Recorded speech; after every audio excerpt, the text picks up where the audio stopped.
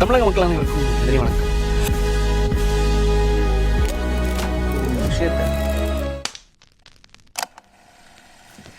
தமிழக மக்கள் அனைவருக்கும் எதிரே வணக்கம். உச்ச நீதிமன்றத்தில் அசிங்கப்பட்ட திமுக கேட்குறதுக்கு உங்கள் எல்லாருக்கும் சந்தோஷமாக இருக்கும். திமுக எங்கே அடி வாங்கினாலும் சரி, எங்கே அசிங்கப்பட்டாலும் மக்கள் எல்லாருக்குமே மிகப்பெரிய சந்தோஷமாக இருக்கும், மிகப்பெரிய மகிழ்ச்சியாகவும் இருக்கும். இன்னொரு செய்தி என்ன தெரியுமா? கொஞ்சம் மூஞ்சி சுளிக்கிற மாதிரி தான் இருக்கும், வேறு ஒன்றும் கிடையாது. டிவிக்கு எதிர்பாராத ஒரு விஷயம், டிவிக்கு பண்ண மெகா ஒரு ஸ்கேம். உண்மையிலே ஆதாரபூர்வமாக நான் சொல்கிறேன். இது வந்து சும்மா நம்ம அடிச்சு விட்றது, சும்மா ஏதோ கண்டென்ட்டுக்காக, சும்மா இது நியூஸுக்காக எல்லாம் கிடையாது. ரொம்ப ஒரு சென்சிட்டிவான விஷயம். இது தலைமை கண்டிச்சாங்கன்னா இப்போவே முளையிலே கொஞ்சம் கிள்ளி எறிஞ்சாங்கன்னா வளரும்போது கொஞ்சம் நல்லா இருக்கும்னு நான் நம்புகிறேன். மக்களும் உண்மையிலே டிவிக்கு தொண்டர்களை நம்ம குறைச்செல்லாம் மதிப்பிடக்கூடாது. எல்லாத்துக்கும் விஜய் அவர்கள் செய்கிற எல்லாத்துக்கும், விஜய் அவர்களோட கட்சி செய்கிற எல்லா விஷயத்துக்கும் இவங்க வந்து ஜால்ரா போடுறாங்க அப்படிங்கிற பட்டம் இன்னையிலேருந்து முறிக்கப்பட்டதுன்னு சொல்லிட்டு நான் பார்க்குறேன். ஏன் சொல்கிறேன்னா, டிவிக்கில் நடந்த ஸ்கேமை வெளியே கொண்டு வந்து இதை வந்து கோர்ட்டில் வழக்கு தொடுத்த ஒரே டிவிக்கு சார்ந்த ஒரு அட்வொகேட் தான். ஆக்சுவலாக என்ன சம்பவம்னா, ஒவ்வொரு ஆட்சியும் மாறும்போது கிட்டத்தட்ட 5 வருஷம் திமுக ஆட்சி இருக்குன்னு வைங்களேன்.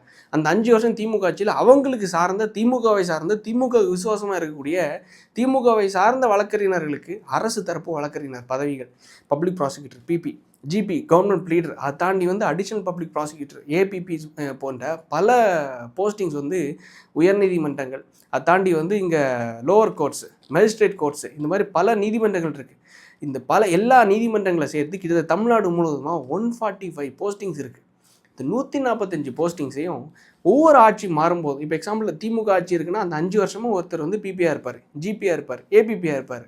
இதை தாண்டி இன்னொரு ஆட்சி மாறிடுச்சு, ஏடிஎம்கே வந்துருச்சுன்னு வைக்கலாம். ஏடிஎம்கே சார்ந்த ஒரு நபர் வந்து அந்த கோர்ட்டில் வந்து பிபிஆர் இருப்பார், ஜிபிஆர் இருப்பார்.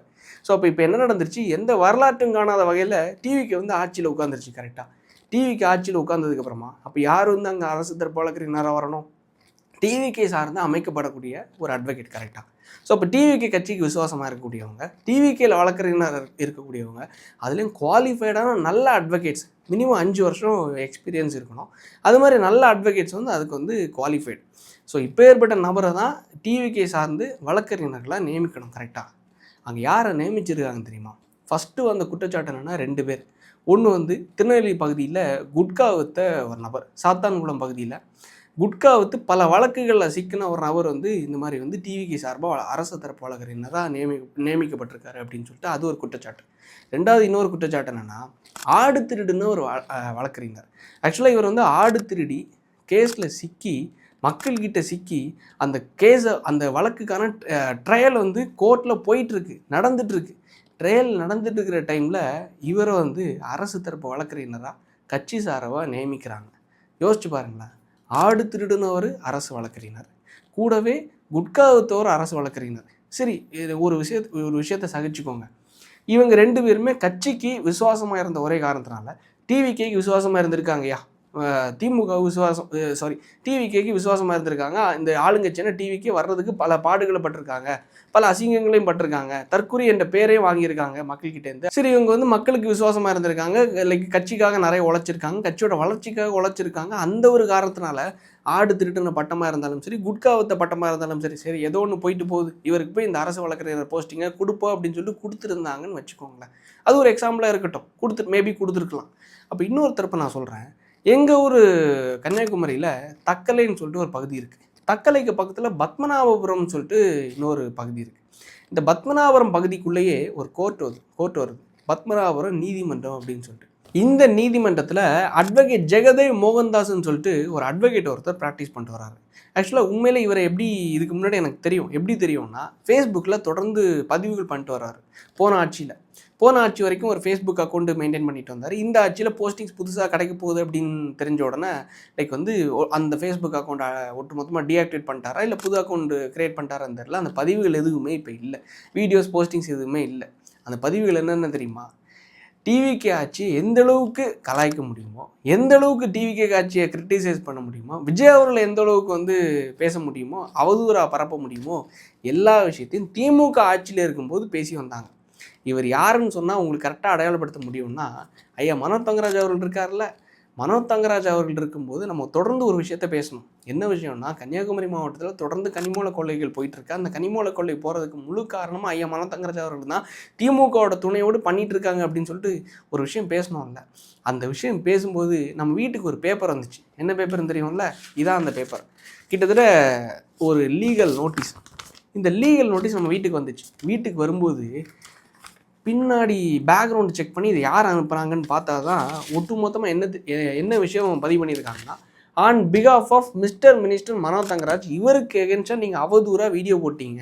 இவர் வந்து இந்த மாதிரி கனிமவள கொள்ளையில் ஈடுபட்டார் அப்படின்னு சொல்லிட்டு பேசிட்டீங்க, அவதூறாக பேசிட்டீங்க அப்படின்னு சொல்லிட்டு நீங்கள் 5 கோடி ரூபா நீங்கள் வந்து காம்பன்சேஷன் நீங்கள் பணம் கொடுக்கணும். ப்ளஸ் வந்து வீடியோவில் சாரி கேட்டு மன்னிப்பு கேட்டு நீங்கள் போடணும்னு சொல்லிட்டு யாருக்கு எதிராக நம்ம பேசணும்? கனிமவள கொள்ளைக்கு நம்ம எதிராக பேசணும். கனிமூல கொள்ளைக்கு எதிராக பேசினனால நான் மன்னிப்பு கேட்கணும், நான் 5 கோடி ரூபா நஷ்டேடா கொடுக்கணும்னு சொல்லிட்டு என் வீட்டுக்கு ஒரு நோட்டீஸ் வந்துச்சுல்ல. அந்த நோட்டீஸ் யாரோட டீம்லேருந்து வந்துச்சுன்னா, மனோ தங்கராஜ் அவருடைய டீம்லேருந்து ஒரு அட்வொகேட் அனுப்புகிறாரு.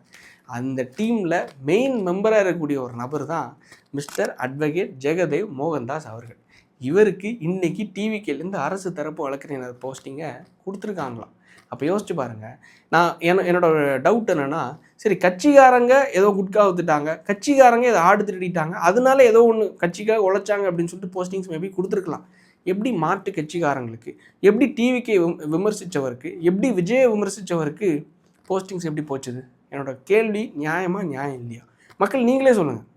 இது நியாயமாக இருந்துச்சுன்னா நீங்கள் கேள்வி கேளுங்க, அதுக்கான சொல்யூஷன் கிடைக்கும். திருப்பி மறுசீரமைப்பு பண்ணுவாங்க, திருப்பி சரியான நபர்களுக்கு கொடுப்பாங்க. அப்படி இல்லைன்னு வைங்களேன், நம்ம எல்லாத்துக்கும் மூஞ்சி சுழிச்சிட்டு இருந்தோம், எதுக்குமே நம்ம கேள்வி எழுப்பலைன்னா கடைசி ஆடு திருடினவர் நம்மளுடைய வழக்குகளுக்காக அரசு தரப்பாக வந்து வாதாடுவார். இது மாதிரிப்பட்ட நபர்கள் வரும்போது நம்ம சகிச்சிட்டு இருக்கிறத எந்த விதத்தில் நியாயம்னு நீங்களே சொல்லுங்கள். கிட்டத்தட்ட 145 போஸ்டிங்ஸ். ஒரு போஸ்டிங்ஸ்க்கு ஆவரேஜாக 20 லட்ச ரூபா கணக்கு போட்டு பாருங்களேன். 20 லட்ச ரூபா வச்சு கணக்கு போட்டு பாருங்கள். 29 கோடி ரூபா ஆரம்பத்தில் 29 கோடி ரூபா வெறும் 2 மாதம் இந்த ஆட்சி முடிகிறதுக்குள்ளே சம்பாதிச்சிருக்காங்க அப்படின்னு சொல்லிட்டு ஒரு குற்றச்சாட்டு வந்திருக்கு. அப்போ இந்த குற்றச்சாட்டுக்கு உண்மையிலே நான் சீரியஸாக சொல்கிறேன், இது வந்து இந்த 5 லட்சம், இந்த போஸ்டிங்ஸ் 10 லட்சம் வாங்க, இந்த போஸ்டிங் 20 லட்சம் வாங்கன்னு சொல்லிட்டு முதலமைச்சர் விஜய் அவர்கள் சொல்லியெல்லாம் இது நடந்துறதுக்கு வாய்ப்பே கிடையாது. காரணம், ஒரு படத்துக்கு 100 கோடி 200 கோடி சம்பளம் வாங்கிட்டு இருந்தவர் இன்றைக்கி முதலமைச்சராக இருக்கார். எல்லாரையும் கூப்பிட்டு இங்கே அரசு தரப்பு வழக்கறிஞர் போஸ்டிங் வந்து ஜூன் 30 முடிஞ்சிருச்சு, ஸோ எல்லோரும் போய் எல்லாருக்கிட்டையும் 10 லட்சம் 20 லட்சம் வாங்குங்க அப்படின்னு சொல்லிட்டு சொல்லியிருக்க வாய்ப்புகள் 100% கிடையாது. ஆனால் இதை யார் செஞ்சுருக்காங்க தெரியுமா? அவருக்கு கீழே இயங்கிட்டு இருக்கக்கூடிய ஒட்டுமொத்த டீம், மாவட்ட செயலாளர்கள், மாவட்ட செயலாளர்கள் கீழே இருக்கக்கூடிய நபர்கள், இவங்க வந்து ஒட்டுமொத்தம் கூறு போட்டு வித்துட்டாங்க. காரணம், இதுதான் மேலே தலைமைக்கு போகாதே, கீழே இந்த போஸ்டிங்ஸ் எல்லாம் வித்துடலாம், கொஞ்சம் சம்பாரிச்சிடலாம், 5 லட்சம் சம்பாரிச்சிடலாம், 10 லட்சம் சம்பாரிச்சிடலாம். ஆக்சுவலாக என்னென்னா, அரசியல் என்பது மக்களுக்கு சேவை செய்கிறதுக்கான ஒரு பணி. இந்த சேவை செய்கிறதுக்கான பணியில் தான் நீங்கள் வந்து மக்கள் சார்பாக நீங்கள் வந்து வெற்றி பெறுறீங்க. வெற்றி பெறும்போது உங்களுக்காக அரசு தரப்பாக ஒரு சம்பளத்தையும் கொடுக்குறாங்க. அந்த சம்பளம் பத்தாம தான் கிம்பளங்கள் அப்படி இப்படின்னு சொல்லிட்டு பலதை வாங்குறாங்க. அந்த கிம்பளம் வாங்கக்கூடாது, லஞ்சம் வாங்கக்கூடாதுன்னு தான் அந்த மாற்றத்திற்காக தேர்ந்தெடுக்கப்பட்ட ஆட்சி தான் இந்த டிவிக்கு.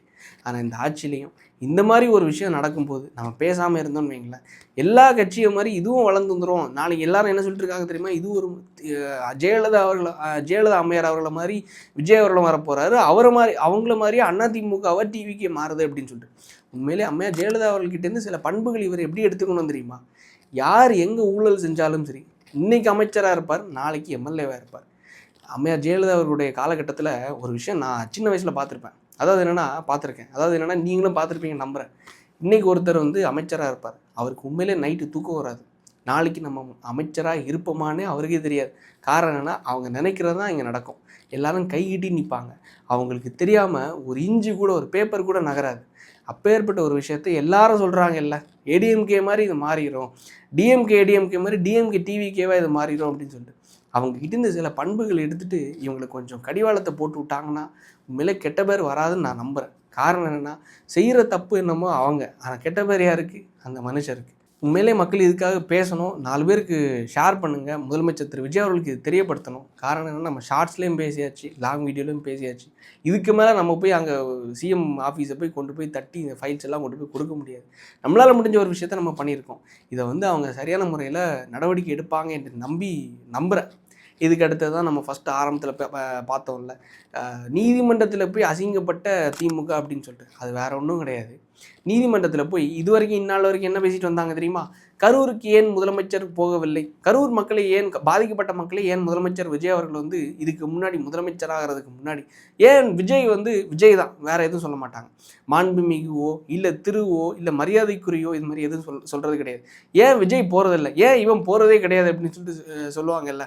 இந்த விஷயத்த இன்னைக்கு திமுக தரப்பில் ஒரு மனு எப்படி கொடுத்துருக்காங்கன்னா, முதலமைச்சர் திரு விஜய் அவர்கள் கரூருக்கு செல்லக்கூடாது, இவர் சென்று அவங்களுக்கு வந்து அரசு வேலை கொடுக்குறாராம், அதனால விட்னஸ் எல்லாமே மேனிப்புலேட் ஆகிடுவாங்க, அவங்க எல்லாருமே குழம்பிடுவாங்க இவங்களுக்கு எதிராக சாட்சி சொல்கிறதுக்கு, அதனால இவர் போகக்கூடாது அப்படின்னு சொல்லிட்டு போய் சொல்லியிருக்காங்க.